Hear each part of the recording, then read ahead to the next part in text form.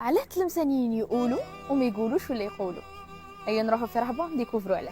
مغارة بني عاد أول وأجمل مغارة في إفريقيا، وهي ثاني أكبر مغارة طبيعية في العالم. تتميز بعمق تاع 57 متر والطول يتجاوز 700 متر، وسموها بني عاد على خاطر شي يقول لك كان كاين قوم يروحوا ويولوا لها واللي هما قوم عاد. قصر المشوار هو مقر تشاور بين الوزراء والسلطان وانعقاد الاجتماعات، وعلى هذا سموه المشوار. وبلا ما ننسوا اللي فيه اللباس التقليدي الجزائري كيما الشده التلمسانيه. أصالة عجبني الزليج. راكم تشوفوا المونيمون اللي مورايا اللي هو المنصوره، هي قلعه اثريه بنوها المارينيون وكانوا حاطين فيها الكون تاعهم وكانوا ساكنين هنا ومتعايشين هنا وكانوا بانين جامع، وكيما السلطان تاعهم هدموها الزيانيين وبقات غير سمعه تاع الجامع وبقايا اثار القلعه. ما نقدوش نحكوا على تلمسان بلا ما نحكوا على الحضاره الزيانيه وباللي هي عاصمه الزيانيين، وكيفاش اللمسه الزيانيه شوفها في كاع البنيه تاع تلمسان برا والداخل حتى في لي زوتيل تاعها. عندنا لالا ستي اللي عندها فيو بانوراميك وجايه في اعالي تلمسان. يقول لك لالا ستي اسمها الحقيقي الضويه اللي هي بنت من واحد الشيوخ تاع تلمسان اللي عاشت وماتت ودفنوها في ليلة ستي في عهد الزيانيين